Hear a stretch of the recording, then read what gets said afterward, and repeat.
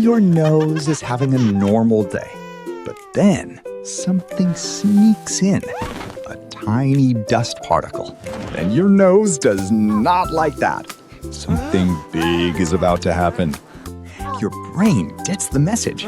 Something is tickling the nose. Your body takes a huge breath in, and it builds up power. Achoo! Your nose fires like a rocket. Everything in there, dust, germs, anything unwanted, blasted out at super speed. Your nose just protected you.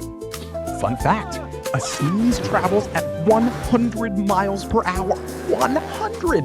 That is faster than a car on the highway. When you sneeze, cover it with your elbow.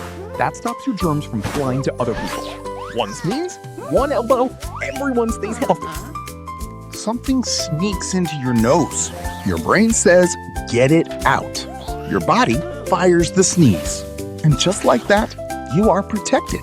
Your nose is always looking out for you. When someone sneezes, say, bless you. It is kind and caring. Because sneezing is hard work. Your nose deserves a little kindness. Now you know why you sneeze.